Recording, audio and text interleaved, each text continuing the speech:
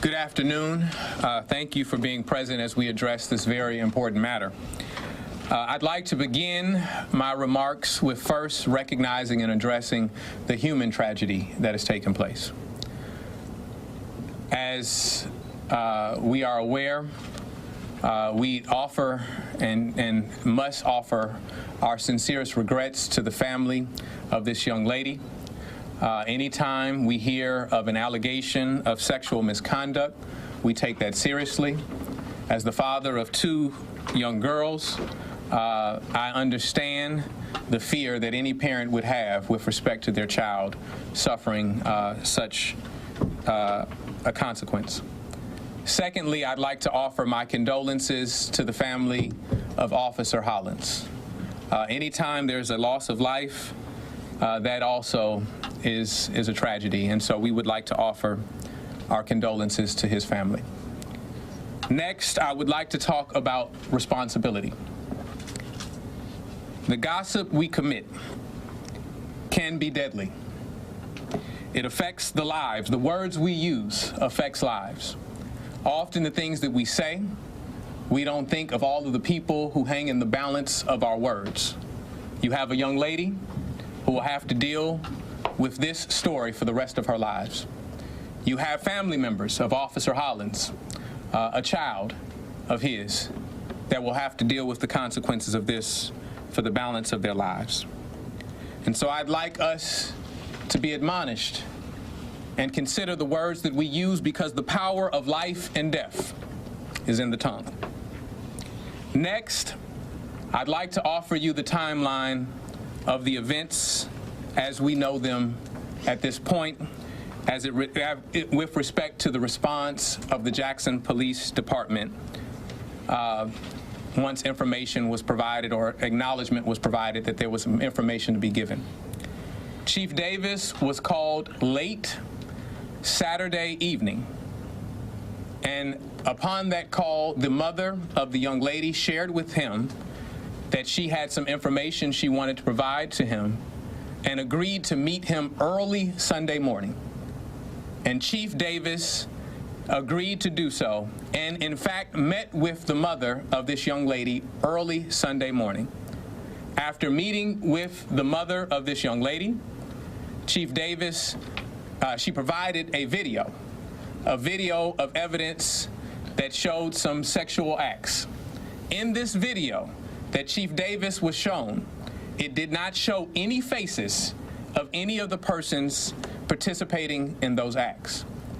Chief Davis then took this circumstance seriously. He immediately called IAD and initiated an internal investigation.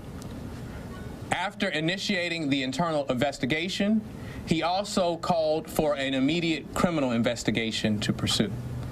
After IAD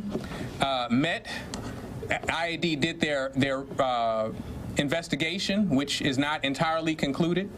They met with Officer Hollins and had him sign his Garrity advisory and verbally told him that he was placed on immediate administrative leave. And then the criminal investigation continued, where the mother of the young lady was asked to come in to file a criminal affidavit. And so all within the same 24-hour period of time that Chief Davis was given this video, he not only initiated an internal investigation, placed the officer on administrative leave, he also started he also acknowledged to the officer that he was being placed on administrative leave, but the criminal investigation was already underway. And so any comments, any stories, any reports to the contrary that Chief Davis did not respond immediately is an untruth and an out lie. In moments of crisis, the true character of a person is revealed. And so out of this circumstance, this is confirmation of my choice for police chief. For him to not only meet with the mother of this young lady upon her request early on his Sunday morning, look at the evidence, and then respond the same day, I think that that was an appropriate response. And so I think that in this very, very sad and tragic circumstance, we should not compound the tragedy with misinformation. And so that is why we offer this timeline at this time. And I ask that everyone continue to keep all affected persons in their prayers as we deal with this very sad situation. I will step aside at this time for Chief Davis to provide you some words, and then we will take questions. Thank you. Thank you, Mayor. Good afternoon. First, my heart and prayers goes out to both families, to the young lady and also the family of this officer. I cover all corners of this city, and I believe in community policing. And I've said it many, many times. I give my number out. If you call, I'm coming. And I'm going to address whatever issue there is. If there are any misconduct on a police officer, we're going to deal with it, and we dealt with it. Like the mayor mentioned, within 24 hours, I received a call.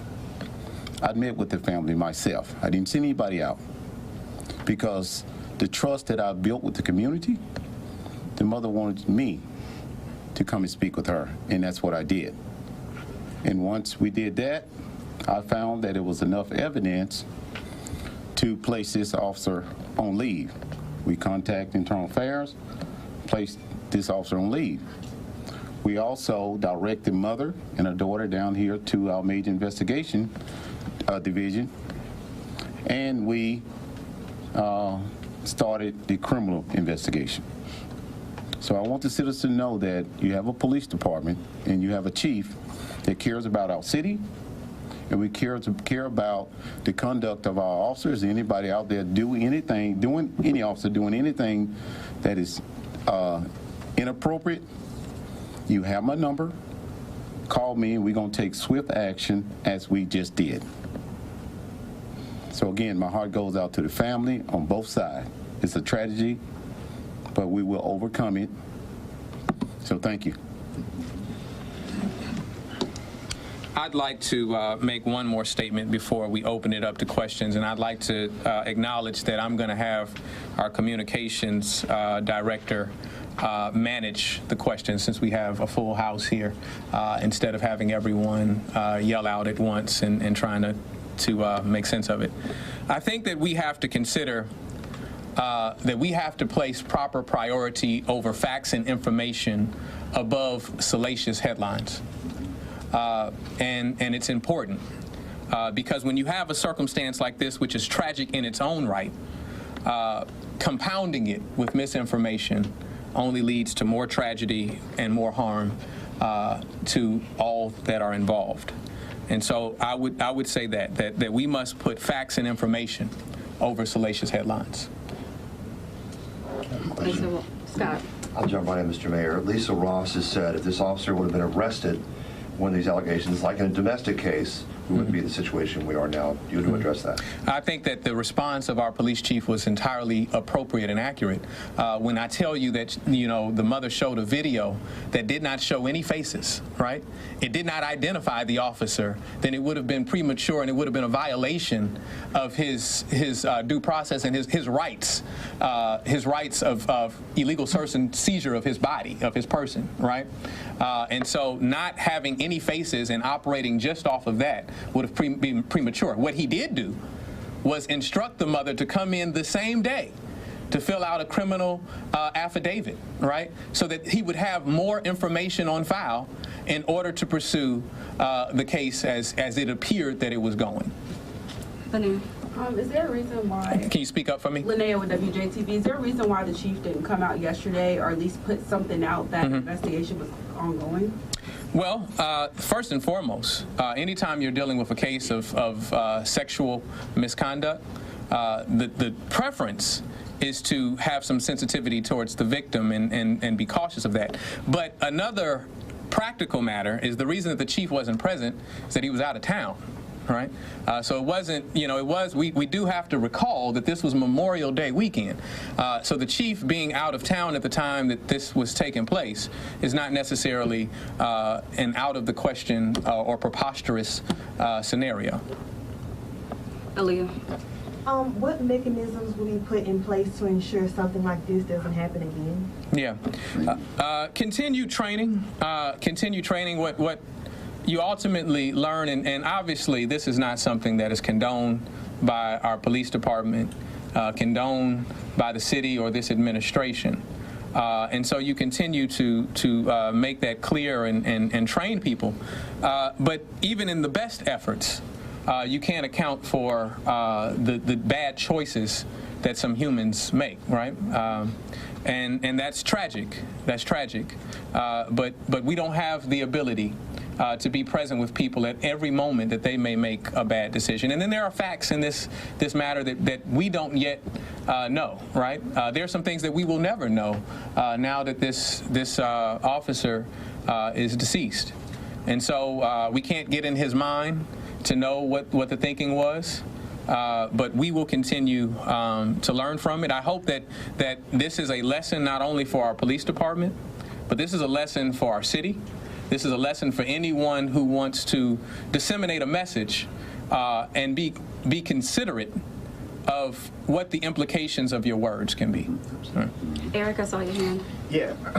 Can we, I guess, clear up any misinformation as it relates to where this officer was and what he was doing, where he was going at the time that he committed suicide?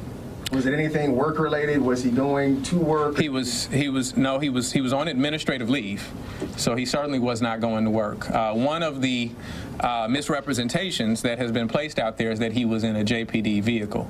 He was in his own vehicle. He was not in a JPD vehicle. Yeah. He's been on the force about 5 years.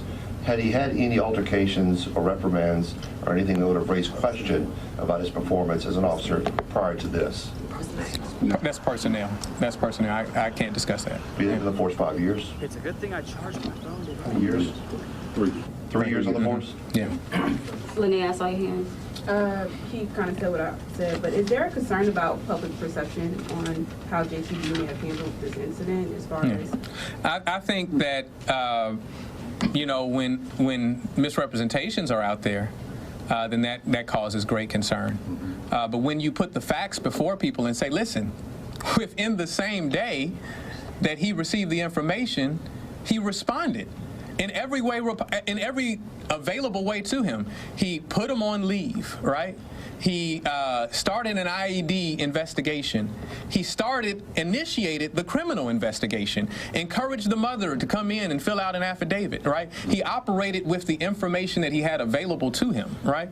So when we say that there's a video, and we don't clarify that, and people have all of these kind of extended stories or extended versions of the story, then people envision that he's looking at faces and he knows who these people are and he's just failing to take action, right? When you don't have all of the information to move on and to make an arrest, in order to arrest somebody, right, you have to have information available. You are violating someone's life and liberty when you arrest them, and so you have to have all of the information to you. And so not to have that, he operated within the guidelines of the information that was available to him at that time. Both of them, Roz. Mayor, I understand your timeline, but based on Attorney Ross, she says that the chief made contact with the family on Saturday and that he committed to meeting with them on Saturday but did not do that and rescheduled it for Sunday, and then they spent a few hours at the police department on Sunday afternoon. Any truth to the Saturday connection? I'll let Chief talk to that, but let me say this. The fact that Chief made a commitment to a family to view something and did not know what he was going to view at that time, and then honored it, is a very rare circumstance. I challenge you to find anybody in a city Jackson size that could call the police chief at any given moment and the police chief respond to any one criminal investigation, right? So I think that that more or less demonstrates his character more than anything, that he committed to something early on his Sunday and followed through with it. But I will let Chief speak to what the communication was. Thank you, Mayor. Yes, you're exactly right. She called me on Saturday. I called her back. She didn't answer. I called her back. She didn't answer. I called her back. She didn't answer. She calls me back and said her phone was dead. So it was late Saturday evening, way after night, and then we agreed to meet on Sunday, which I met with her, and she provided me with the information she had. So you never agreed to meet on Saturday? No. Ross, and then we have one last question. Are you continuing, excuse me, despite his death, are you continuing with the investigation, and will your agency be handling it? Yes, we'll be handling, we'll continue with the investigation. Terrence. Looking back on the case and how things ended, is there anything that we would have done differently or that you wish we had done differently? Well, I received a call and I responded within 24 hours. I got a call from the system.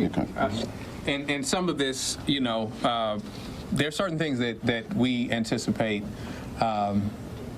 you know, that the city, you know, needs to be considerate of the words that we share with you today. We certainly, if we had our druthers, would wish that this circumstance did not take place in the way that it did, in terms of, one, there being any sexual relationship, right? And we certainly are regretful that this officer lost his life.